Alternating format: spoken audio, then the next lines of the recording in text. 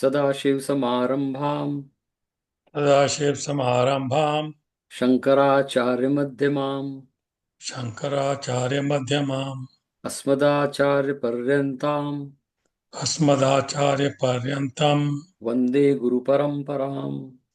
वन्दे गुरुपरम्पराम्। वसुदेवसुतं देवम् वसुदेवसुतं देवम् कंसचाणूरमर्दनम् संसचारूणमर्दनम् देवकी परमानन्दम् देवकी परमानन्दम् कृष्णं वन्दे जगद्गुरुम्। कृष्णं वन्दे जगद्गुरु। I will say the 12th slok of 12th chapter, which is the summary of all the teaching. श्रेयो हि ज्ञानम् अभ्यासात् श्रेयो हि ज्ञानम् अभ्यासा ज्ञानात् ध्यानं विशिष्यते। ध्यानाध्यानम् विशिष्यते। ध्यानात् कर्मफलत्यागः ध्यानाकर्मफलत्यागः त्यागात् शान्ति अनन्तरम्। त्यागा शान्ति अनन्तरम्। So again, Bhagavan is giving the spiritual path, abhyas to shanti. That's it, and rest everything in between.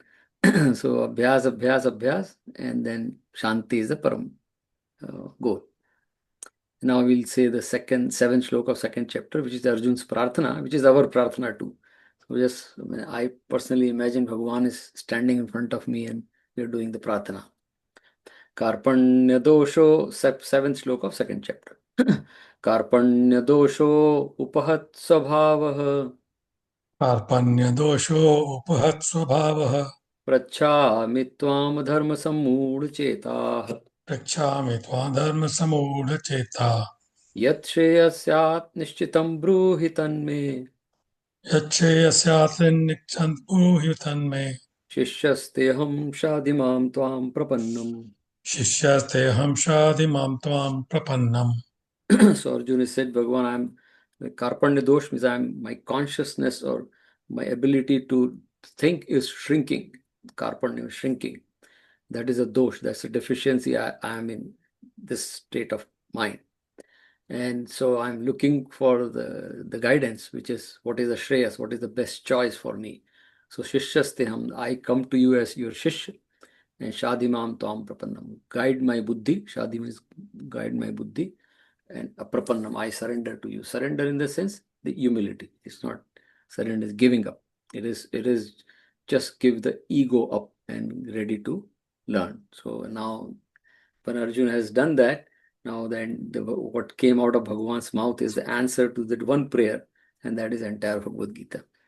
So we are on 15th chapter, 14th chapter we finish, which is Gunatraya Vibhag Yoga, and we saw that Sattva, Rajas and Tamas Gun, that is part of Prakriti, and that's the reason we are a part of because we are all made of the Prakriti, which five elements and other, like we saw in 7th chapter. But the Prakriti has inherent qualities which called Sattva, Rajas and Tamas, and that's why we get it. So Sat we saw whenever we are in pure state of mind, or I'm joyful, or I feel light, it's Sattva. When I had too much of passion, too much action-oriented thoughts, and even thoughts also. Thoughts also Rajas. So when I had too many thoughts, and then too many things to do, that is Rajas, which is passion. And the third one is Tamas, which is when I feel lethargic, I don't want to do anything, I'm depressed, I'm in low mood, that is Tamas. So we all have these things. Now the key is in the 14th chapter, we saw that the balancing and have the sattva gun higher. And how do we do that? There was a shlok, Bhagavan says, avyabhicharani bhakti. The vyabhichar means deviation or corruption. Or avyabhichar means straight. There is no. So bhakti, Bhagavan says ki bhakti also like that. And you know, Rajgun or Tamogun wali bhakti is vyabhicharani bhakti. It's kind of a little convoluted or corrupted bhakti. But Sattvagun wali bhakti. So that's what Bhagavan says in 40. And then you can transcend all three gun. And that's the purpose. Like because otherwise gun are binding. So Bhagavan says once you transcend the gun, then you can realize the Brahman or truth. Or we call it Brahma Gyan or Atma Gyan, and or Satya. people know that I come to realization of truth. So that's where 14th chapter Bhagwan stopped. Now 15th chapter, in continuation to that, Bhagwan said that avyavicharani bhakti. And the last slok of 14th chapter, he says that I am the abode or pratishtha, everything is established in me. So, and then I think Bhagwan continues with that. What does he mean by that? Everything is originates with me. Everything it comes back to me. And that this chapter is called Purushottam Yoga. We'll see as we move. This is a wonderful chapter. A lot of good things. First part is about us, Sansaar, and second part, Bhagwan will talk about Bhagwan. So, but the first part is Sansaar. So we'll see that. So the 15th chapter, and it is we'll start today, the chapter. So if you have the book, you can open that. At panchadashom adhyayah Shri Bhagwan Uvacha Sri Bhagavan Vacha Pashlok Urdhumulam Adhashakham Urdhvamulam Adapshakam Ashwatham Prahur Avyayam Ashwatham Prahu Ravyayam Chandasi Yasya Parnani Chandasi Yasya Parnani Yastam Veda Savedvit Vedam Saveda Yastam Veda Savedatam।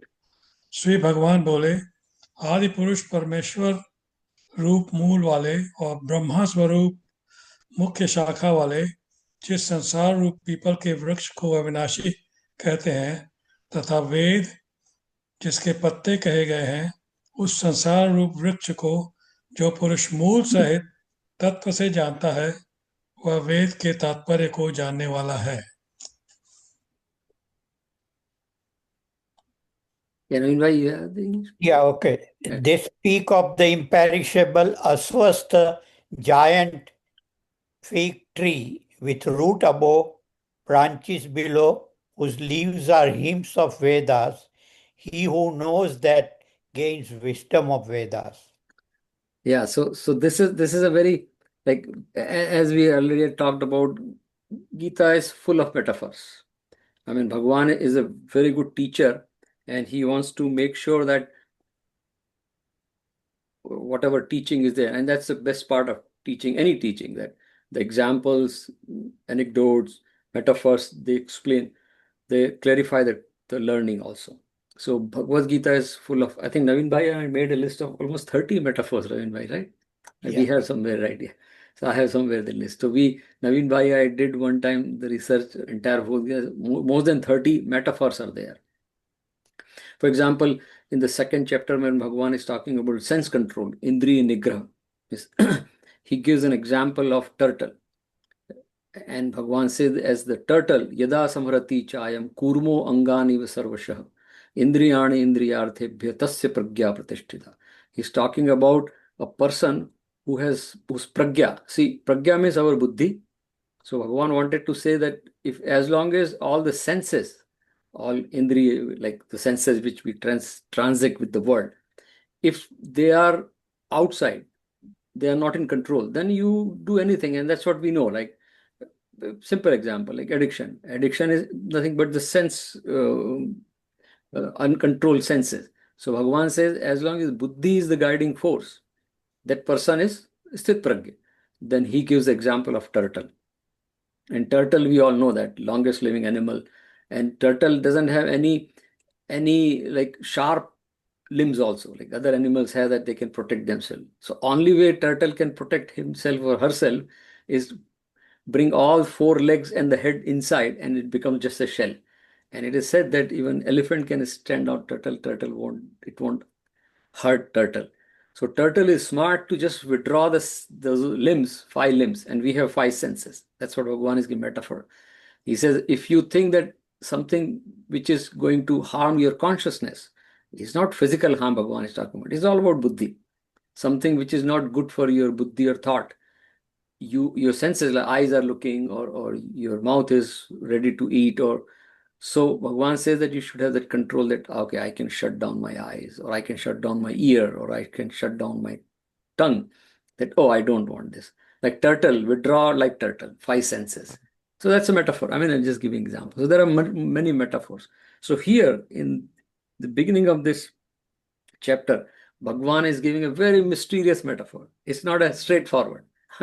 if you, I mean, there are a lot of commentaries on this chapter, very, very philosophical also. And it is true. I mean, it is philosophy also. There is a teaching. That's why Bhagwan is using. So here he gives an example of what he's saying in the first slok. It is inverted tree. The Sansaar is inverted, is upside down tree. And he's saying, it's a first slok itself is very wonderful. So he says, Urdhva Moolam.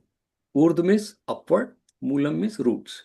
Now just imagine the tree. And there are a lot of pictures drawn on, if you look at this chapter's commentary on some books, there's a picture drawn, and I have a picture we can share next time. The roots are up here, and the branches are, it looks like upside tree. And then say roots are up to Urdhva Moolam, Adha Shakham. Shakham is branches, Adha is downwards. So imagine a tree where the roots are upstairs and the branches are going down. And why Bhagwan is saying that? Because we saw the entire from 7th chapter to 11th chapter.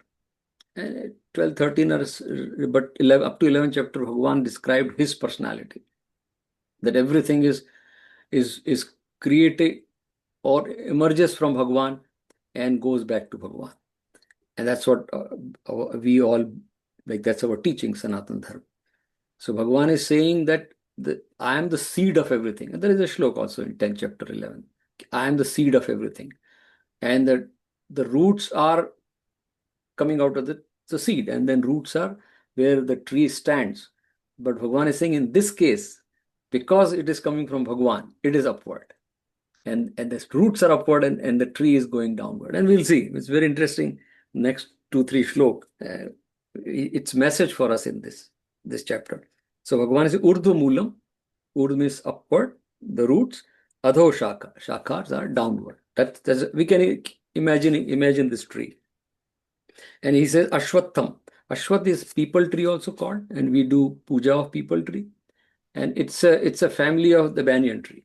The people tree is in that same family of banyan tree, which is very huge and long lived. I mean, banyan trees and people tree, nobody knows like the age of those trees. That's what they say, like, avyayam. And kind of they're avyayam because there'll be seed and again the tree will come. And in fact, those trees has sub branches. From branches, the roots will come and go to the ground. If you look at the banyan tree, we see that, right? The roots are coming from the branches and going to the ground. There are multiple roots. But imagine it is upside down, Bhagwan is saying. And he says, Ashwatham Avyayam. It is Avyayam means Avinashi, no beginning, no end. And we see Sansaar is like that. We'll see next slok. And Bhagwan says, Chandasi Paranani. Chanda means Ved. And it's Ved in the sense, Bhagwan is not talking about the physical book Ved here. He's saying the principle in the Ved. And one of the basic principle of our Ved, any Ved, it's not Rig Ved, Yajur Ved, any teaching, is the karma. So the karma is the one which sustains the whole thing. So he's talking about the karma, and like the example is same. Bhagwan, that's why I say Paranani means the leaves. So the way the karma which we do in this world is the kind of a leaves to sustain the world, because this tree is Sansaar, right? Inverted tree. And we all know that the tree's strength is leaves. Photosynthesis happens in leaves. That's a very simple science. And if photosynthesis doesn't happen, tree will die. So same thing he's saying that if that karma, the principle of karma not followed properly, the Sansaar will collapse. Because Sansaar, the leaves are the Chandasi means the principle of karma, we can say in that. Paranani patte. And he says, Tam yah ved sa vedvit. Like that, if you understand, the one who understands this tree in this way, what he said, that is inverted tree, rooted in Bhagwan, it has come from Bhagwan, but it is upside because Bhagwan is up there, and the branches are going down, the Sansaar is going down and spreading. And this way, if you can understand this tree, and next 2 shlok will make it very clear.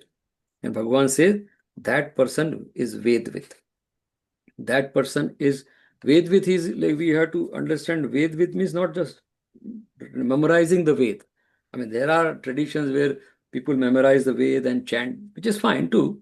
Nothing wrong in that. But Bhagwan is not talking about memorizing. Bhagwan is talking about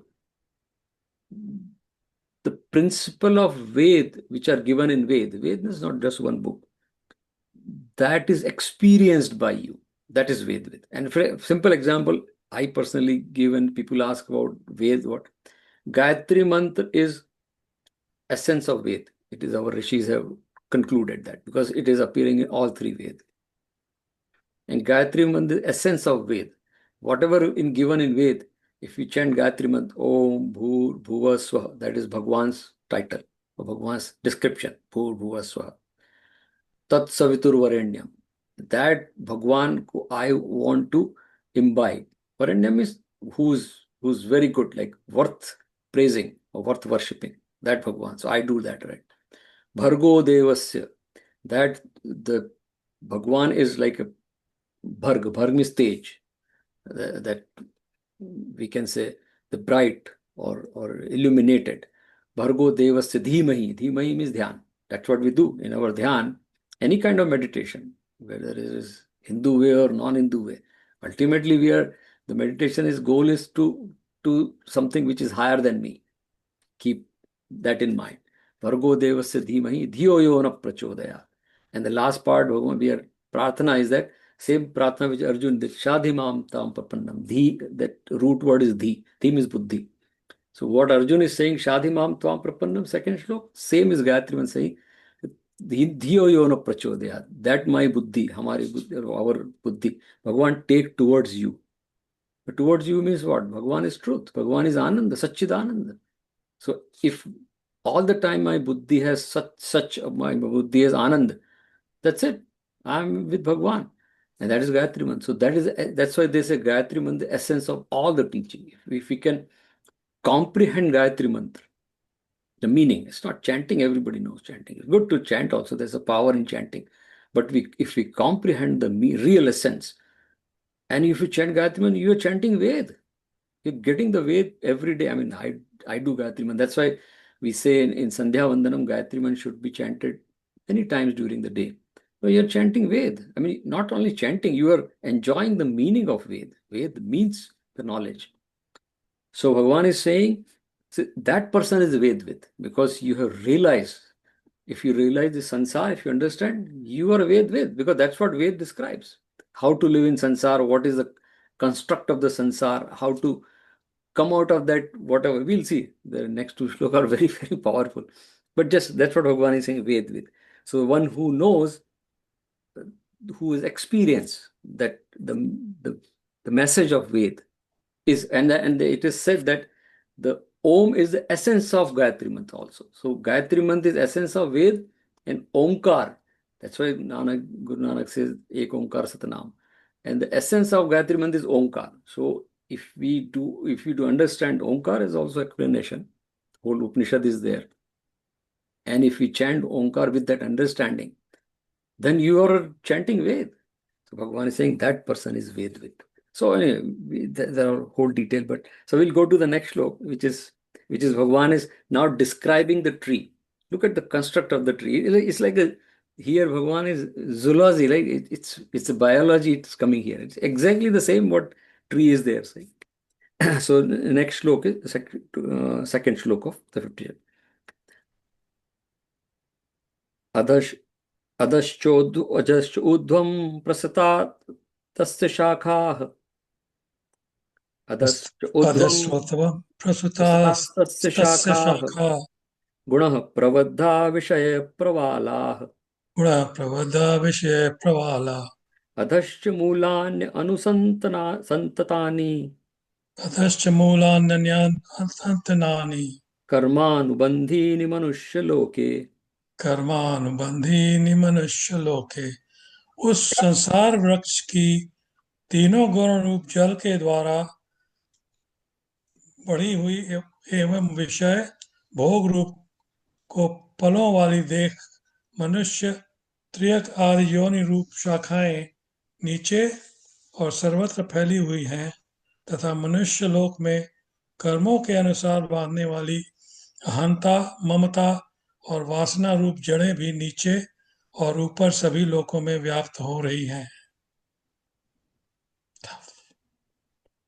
Its branches spread below and above, nourished by the gunas qualities, with birds as sense objects and roots stretch below as actions binding the man in the world. Now, when we are reading this shlok, we can imagine the tree. Very well explained. So Bhagavan is saying, Tasya guna pravadda. The branches of the tree, which is going downward, right? They're spreading. And there you can imagine banyan tree or a people tree. If you look at people tree, India mein bahut hain, like they're huge. And they're expanding one branch after another branch and after. So Bhagavan is saying, and we have to go back to 14th chapter. 14th chapter, Bhagavan, there are three guna. And three gun means, and we saw that three gun is a sansar. We are all like driven by three gun. And suppose rajogun is very high. I want to eat something. I want to do something. I want to have this enjoyment. I want to do this. That is rajogun. And we say that that's what gun means bandhan. I know that I don't want to do that, but I do that. Tamogun. Tamogun means something which is lethargic or pessimistic or depressed, low mood. I know I don't want to be in the low mood. I don't want to be depressed. Like Arjun, here is an example of Arjun. He never wanted to be depressed, but he is because of the Tamogun and Rajogun. So Bhagavan, that's what so Bhagavan is saying, Guna Pravadda. Gun, because of Durga's branches, this tree is increasing and increasing and spreading. And we do in our life also. Like that's what our life, our sansar is. And simple example given by our acharyas, and we know that, right? We keep expanding the sansar, rajogun. I have two things. I want two more. Do I need two more? No, but I still have like four more, 10 more. Like, all these garage sale, if you go out, garage sale, people say, oh, take it. We have enough. And then we keep buying. Then garage sale, then keep buying. So that is, so Bhagavan is saying, Guna Pravadda. Gun makes you expand this tree. And our tree is increasing and increasing. Our desires, basically. Desire, and look at, if we draw the tree of our desires, we'll be surprised, we'll laugh at that. Whose tree is this? My desires? All over. And Bhagavan says that Vishay Pravala. Pravala means the sprout. That some branches has the little sprout, like shoots or buds. From the buds, another root will come or the branch will come. And we see that that's the way it expands. So Bhagavan is saying the Vishay means all the sense objects. More the sense objects, more the sansar, bigger sansar, the tree of desire. We can imagine our own tree, right? And Shakha means that branches, Bhagavan is saying.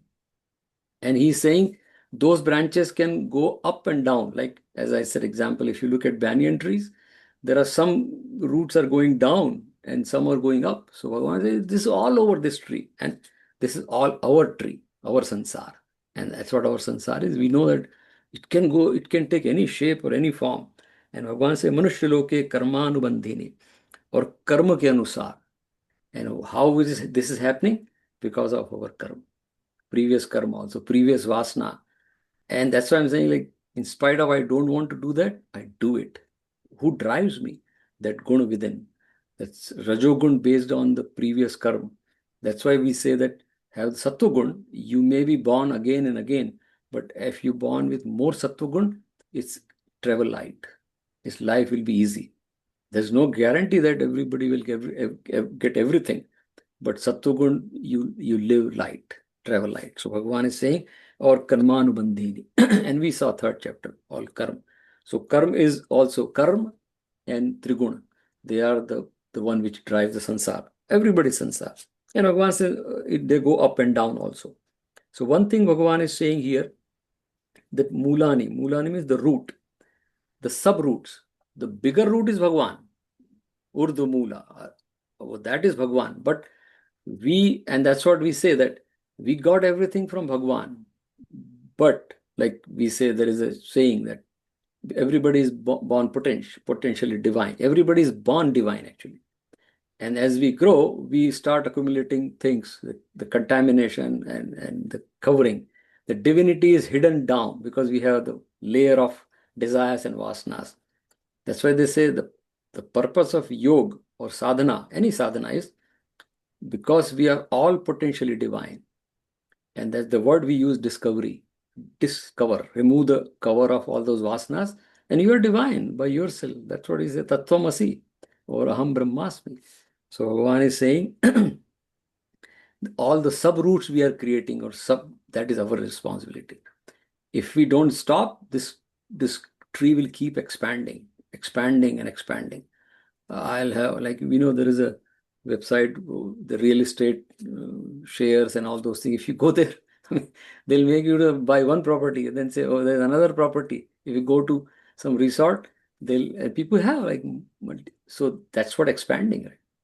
How much we need, we have to decide. So Bhagavan says, it's all your karma and your gun, which is expanding the tree.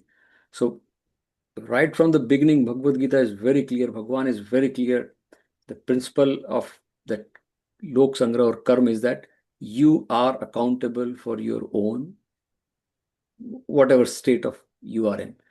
Nobody else is accountable. And Bhagavan has number of times said, many, many various shlok are there, Bhagavad Gita, that you are accountable. And that's what Bhagavan is saying, that all your karma, all your desires or vasanas. So there are three things happen. We'll move forward. There are three things happen which creates desires and vasanas, which is explained in Bhagavad Gita in earlier chapters. One is the body identification. I identified myself with this body. I'm Sanjay Mehta, I'm father, I'm boss, I'm whatever. I'm the owner. So that is that identifying myself with the body. Though I'm not this body, we know I am that Satchidanand Atma, but I identified myself with body. We call it Jivatma, right? Then second is Mamata. Body and everything material related to this world is related to body. Sanjay Mehta's house, Sanjay Mehta's relative, Sanjay Mehta. So now that the whole Sansaar around is my Sansaar, that is Mamata. So one is Tadatmya, which is identification.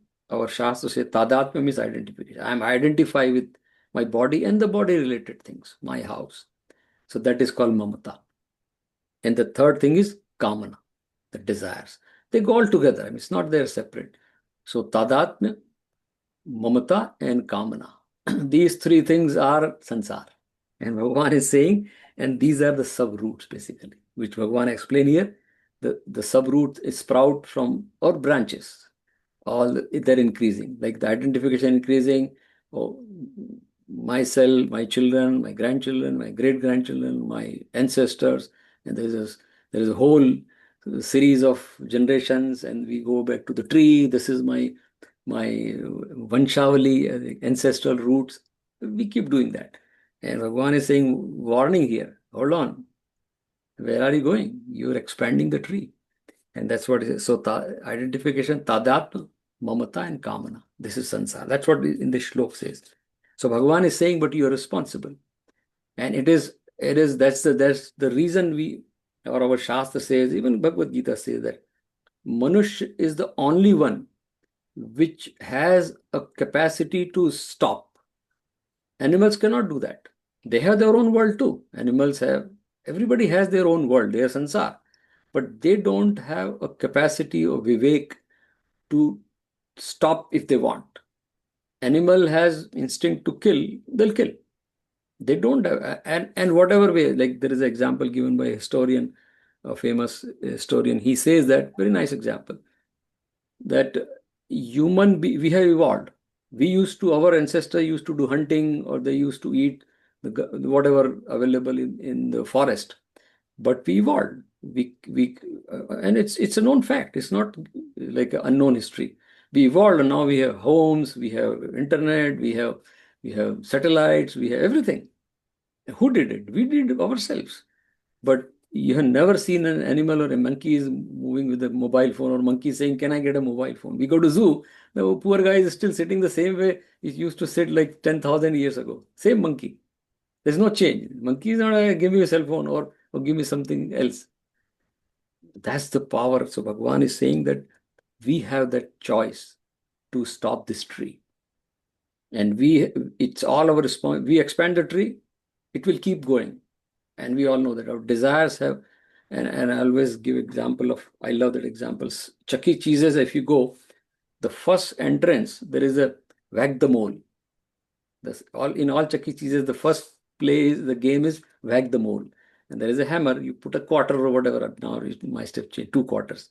And then those moles come, and there is a hammer. And you keep hitting, and one hit, another comes, and you just keep coming. You're not able to hit 2 at a time. You hit one and the other come. Desires are like that. You just suppress one desire, another will come. So Bhagavan says that is not the way. You cannot do. There is a way, and that's what we are doing. The Swadhyaya is one of the way, sadhana. But next shloka Bhagavan will talk about very nicely. So the key here is Vivek. Now we'll come to the next shloka, which is one of the best shloka of Bhagavad Gita. One of the best message delivered in Bhagavad Gita, next shloka, third shloka of this chapter. Yes, Naveen bhai, you'll agree with me, right? that is one of the best messages of Bhagwan Krishna. I mean, I love that shloka. Right? So anyway, we'll go to third shloka.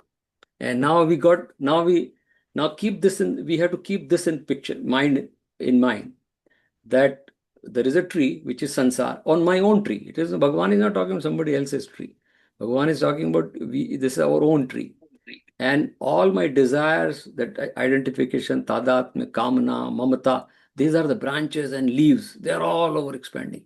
Just imagine, and Bhagavan gave an example of people tree, people or banyan tree, which is a huge, is expanding and expanding. And we do the same thing, expanding and expanding. So now Bhagavan is saying, hold on. That's the best part of Bhagavad Gita teaching is.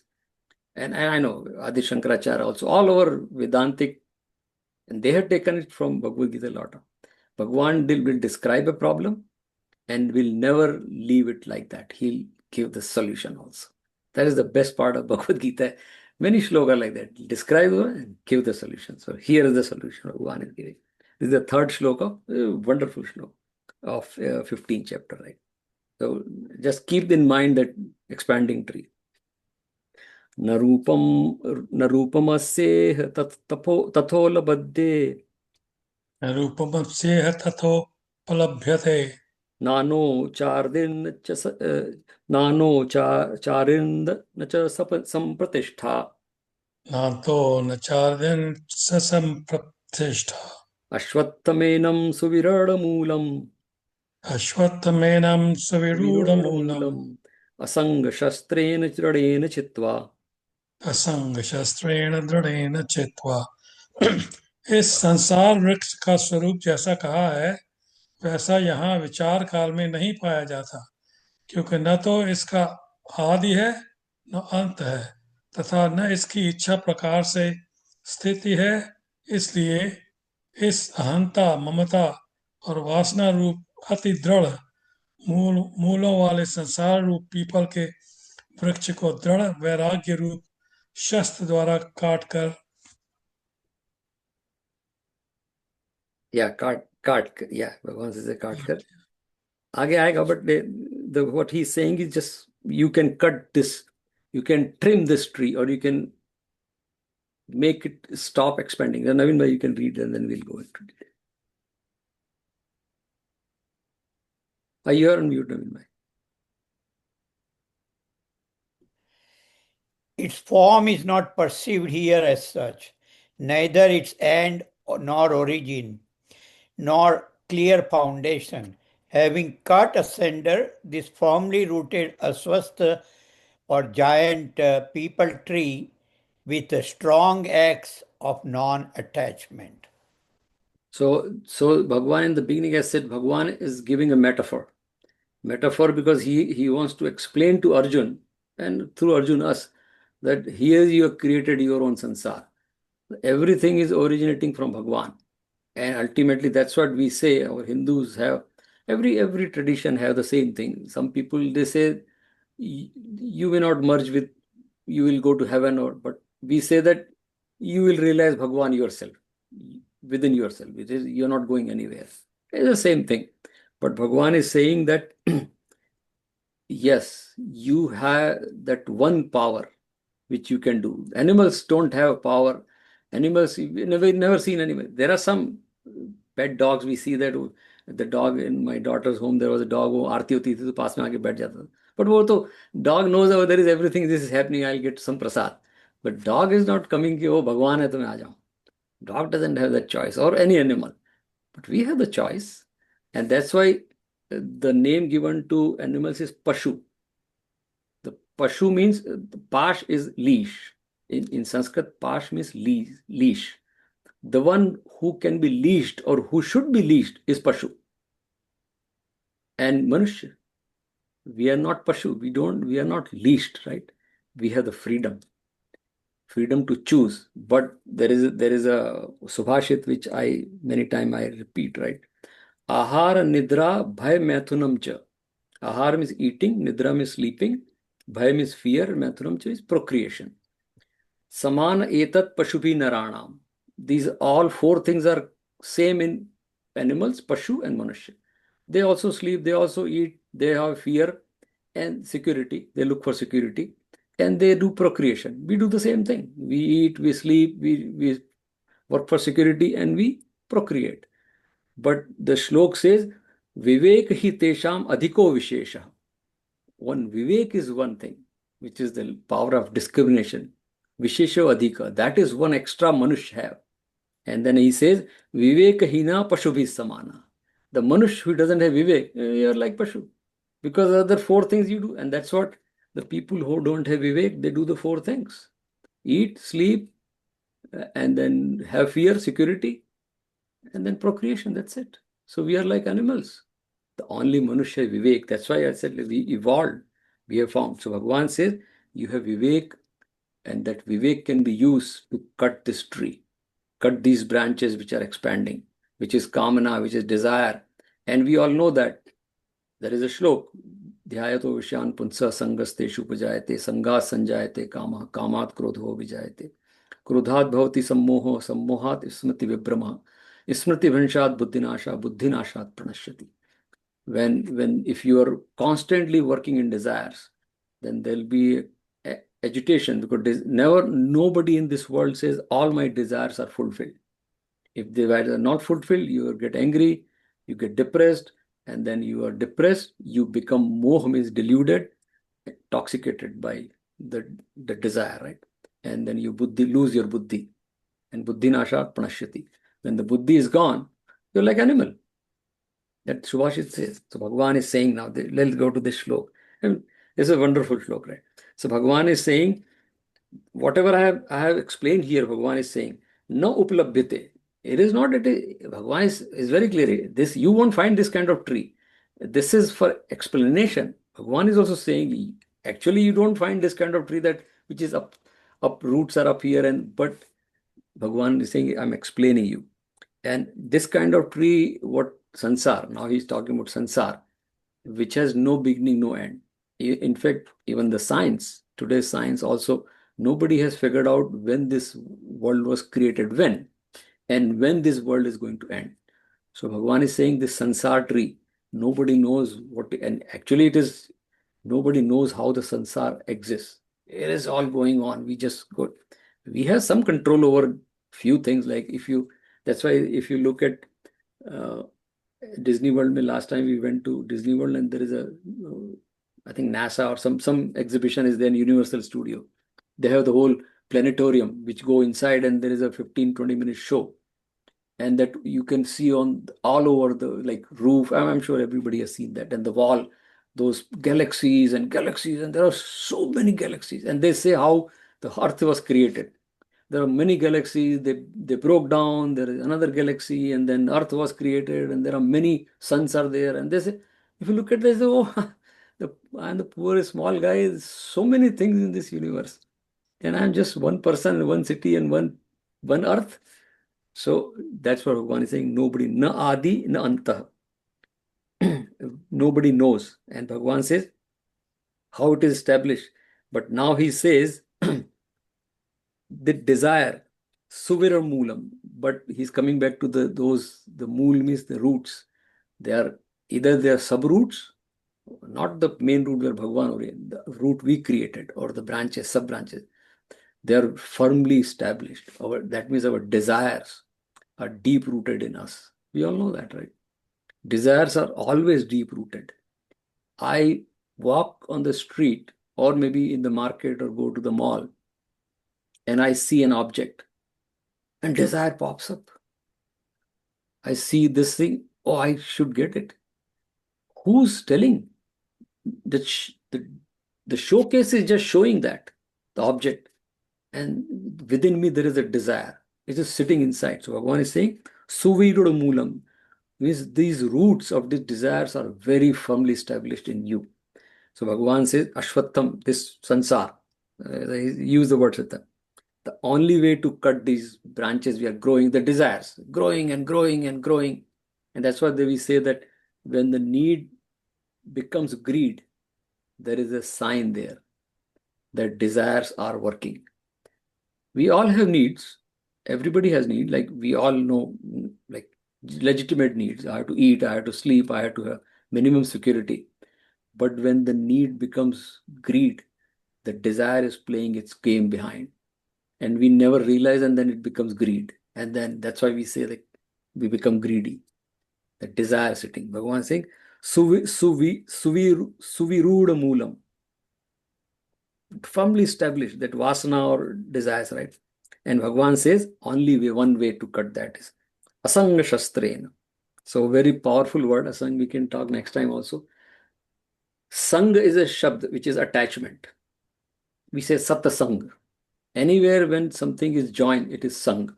So what we are doing in satsang is ourselves are attached or aligned or clutched with sat.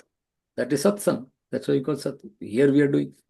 But if the same sang is attached to a material object, then it becomes sang with that object. So sang is, that's why we call it attachment in worldly sense, right? Only one thing, one attachment is allowed, satsang, because that is giving you a chance to come out of the worldly attachment, right? Or so Bhagavan's satsang is fine, but here Bhagavan is sang. So sang means, and there is example given of sang in our Shastra or by our teachers also. Anything you see outside, material object, and this is not material object, means the physical. The human being is, in this sense, is material object too. Or my friend or my relative or whatever, or any object. If you see an object, and our Shastra is very clear in this, and we have to take it in real sense, because this is a sadhana. I mean, we should not just think, oh, why are they crazy? No, they're right. Anytime you see anything and there is a elation in your consciousness, you feel, not feel good, elation. That means that object I am going to be attached to. We think that I own that object or that relationship, but actually I'm dependent on that relationship. We all know in our life. I don't want to go into too detail, but we all know that, right? Even the relationship we maintain, we become dependent of the relationship. If that relationship is broken, I am lost. So that means there is attachment to that. And Bhagavan is saying that is called sang. And that sang is the biggest problem, because sang means attachment. And then we get attached and we get entangled, and that's a sansar, right? So Bhagavan is saying a reverse of that sang is asang, which is vairagya. So the word Bhagavad Gita has used many times rag. There is a shloka in second chapter. Raga dvesh viyukte astu vishyan indriyesh charanatma vasher vidheyatma prasadam adhigachyati. The one who has control. Rag means attachment. Any or likes or dislikes. It's a rag. And dvesh comes with that. So dvesh is not a separate thing. Dvesh means, rag means attachment and dvesh means aversion. Likes and dislike in simple terms. And they go together. Rag is there, then dvesh is going to be there, because I like something, and the moment I don't get thing, I have that dvesh, means aversion, or I don't like this. So they go together. And Bhagavan is saying to cut that rag, the only thing is vairagya. And that is, Bhagavan is used shastra. Bhagavan is vairagya, Bhagavan title diya, a weapon or axe. Like if you have to cut a piece of wood, you need axe, something which is harder than wood. So Bhagavan is saying the harder than rag or dvesh is vairagya. Vairagya is the only Shastra. And we'll talk about Vairagya. Like it's a wonderful word. I mean, people think typically Vairagi means or something who's like sadhu sannyasi. No, no, no. Let's look at Vairagi in a few minutes. Very nice. I mean, I love this word actually. So typically Rag Dvesh means it is all in mind. It's all psychology. It's all in imagination. There's no physical thing, Rag or Dvesh. It's all psychology, human psyche. And typically, majority time, Rag or Dvesh means something I want or something I don't like or don't want. That is Dvesh. That is either in the future or in the past. Always. Rag, more Rag in the future and little, for example, I'm sitting and imagining that, oh, after 15 years or after maybe next year, tomorrow, I should have this. And this is all imagination. Nobody knows what is going to happen tomorrow. It's just imagination, right? And then we get attached also. That's called Rag. Rag means conditioning also. So my mind, like simple word is conditioning. So my mind is conditioned in the future and imagining something. And that mind is conditioned of future. Oh, I'm imagining after 10 years, I'll have this. This is all imagination. And then that is Rag. And Dvesh, I don't want this in future. I don't like this to be in future. That is Dvesh. Same thing in the past. Whatever has happened, either I rejoice that, oh, that was such a wonderful day or such a wonderful time I had. And I'm thinking of that time. I'm attached to those things, time or things. Or something which didn't happen good, I had Dvesh. I mean, that was not good. That person didn't do good, or that thing happened with me was not good. Dvesh. So it is either in the future or in the past. But that's why we do in Dhyan, right? We do in Dhyan. One of the purpose of whole meditation technique, which is Bhagwan's name also. Meditation is a technique, but Bhagwan का नाम भी अगर आप श्रद्धा से लें तो it's the same meditation ही है. What happens in meditation, the future and past are dropped. I'm in the present, and present is Virag. And this is my own, like, oh, I think that way. So as long as I am in the present moment, I am a Vairagi. Because in the present moment, there is no imagination, there is no Rag, there is no Dvesh.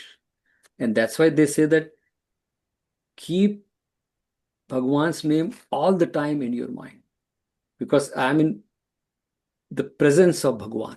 Present means present time is I am presence of Bhagwan. That truth, or we can say whatever, the best Anand. So if I am not in future, and that's the reason we do meditation, it's abhyas. Because we all know that by doing regular practice, we are able to focus, develop that.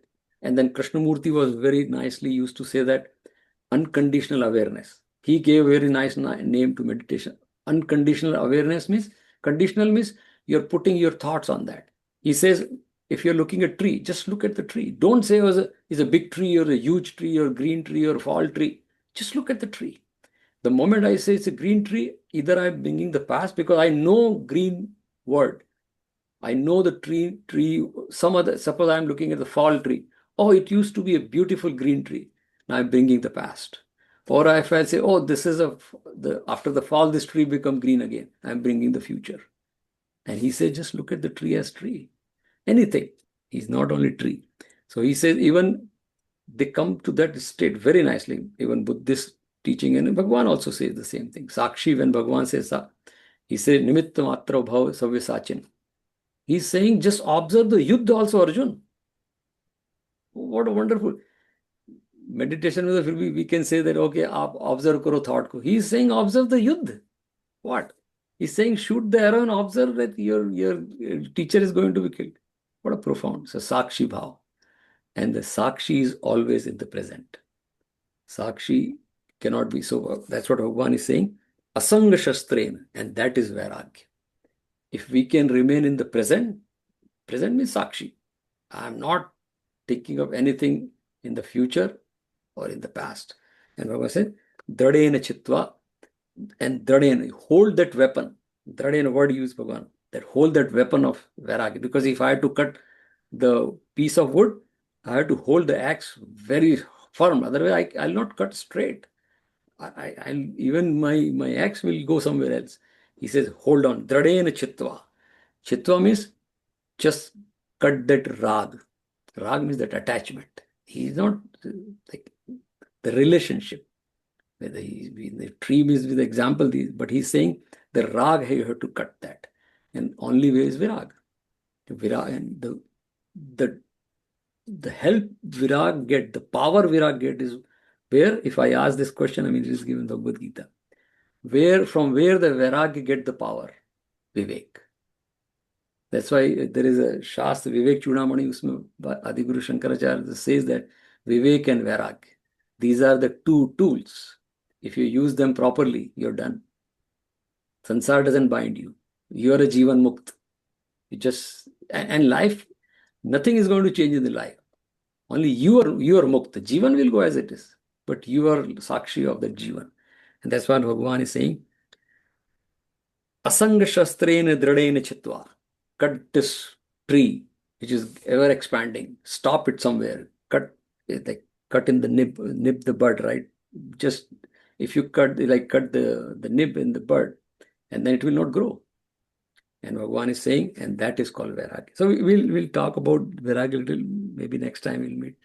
So again, going back to that, this Sansaar is a vicious circle, which says Bhagavan in the set. If you don't stop it, you will never come out of this vicious circle. And we all know that. This is everyday's experience. I mean, this is not, he's talking philosophy. This is everyday's experience. And we all know that. That's why we are in satsang and swadhyaya. It helps me. Otherwise, I'll never be. And that's the reason we see that people visit the mandirs or temples or wherever, spiritual, religious places, to find this solution. But when Bhagavad Gita is like, Bhagavad Gita emphasizes on the understanding.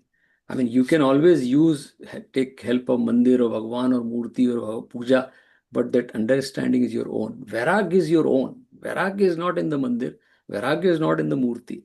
Vairag is within you. It's your power. Vivek and Vairag, they go together.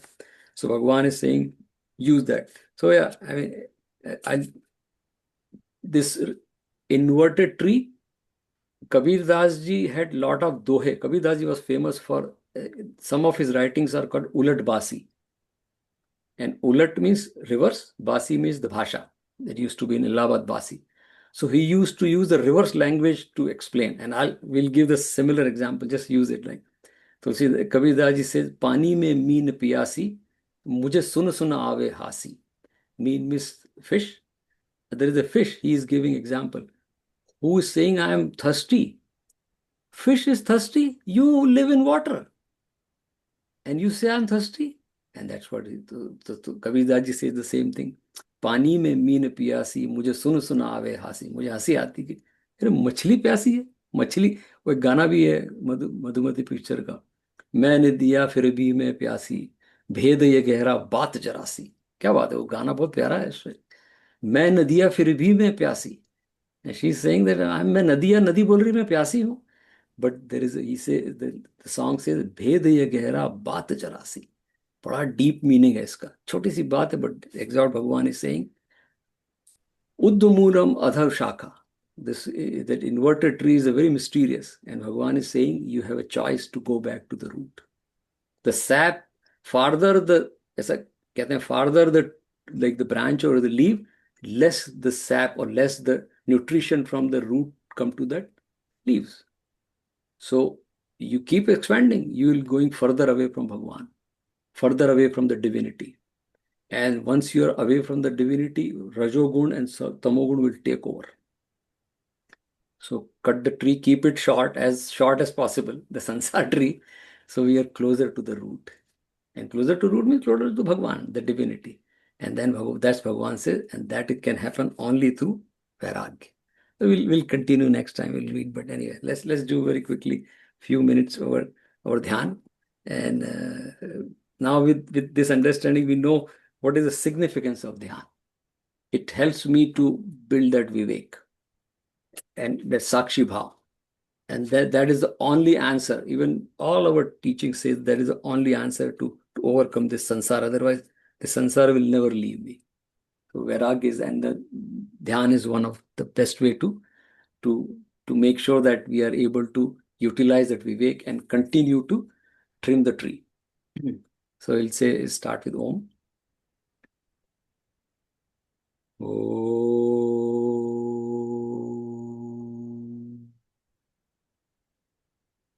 And here also we see, look at that.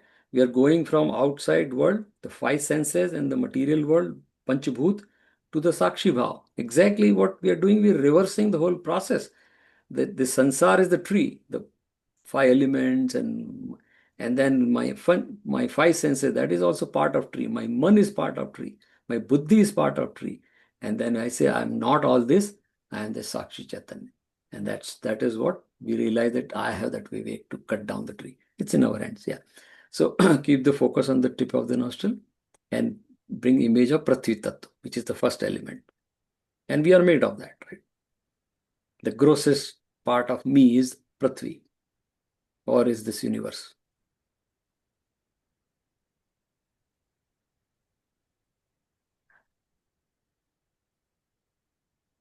Now shift focus to the tip of the tongue and think of Jal Tattva, or bring image of Jal Tattva in mind, which is the second element we are made of and the whole nature is made of.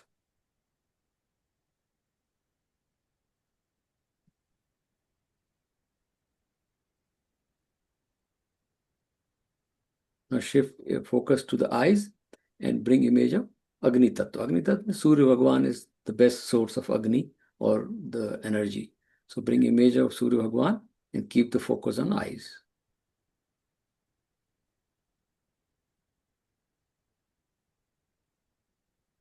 Now shift focus to the skin, and next element is Vayu, or wind, or air, we can say. But Vayu we cannot see, we cannot touch. Only thing we can feel Vayu on skin. So keep the focus on skin and we can feel Vayu on skin, which we cannot see, but we know it is there.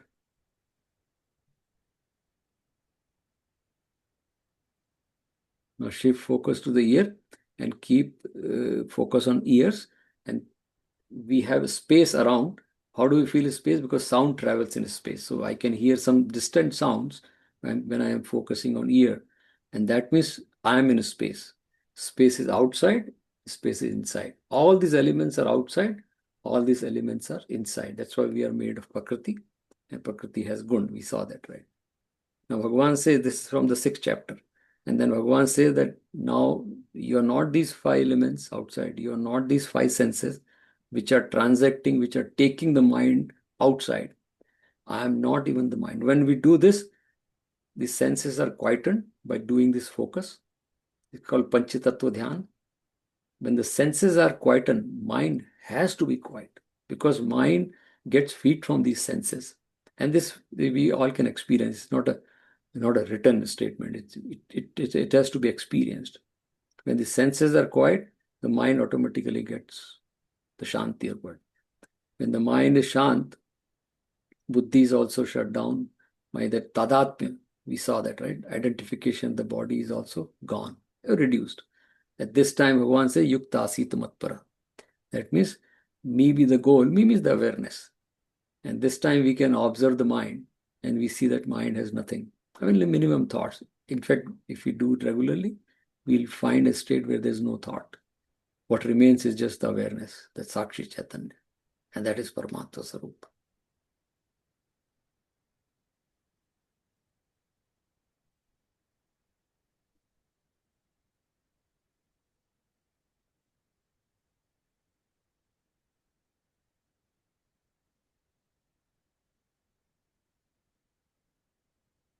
Om Shanti, Shanti, Shanti. Boli Krishna Kanhaiya Lal ki Jai. In this state of mind, the Vivek sprouts.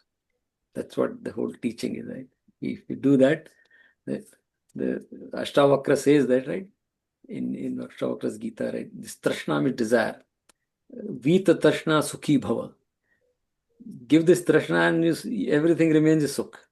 And we all know that, right? This is problem is that this Tashna, desire, Vasana, all they take over, and then the Sukh have no space to enter, right?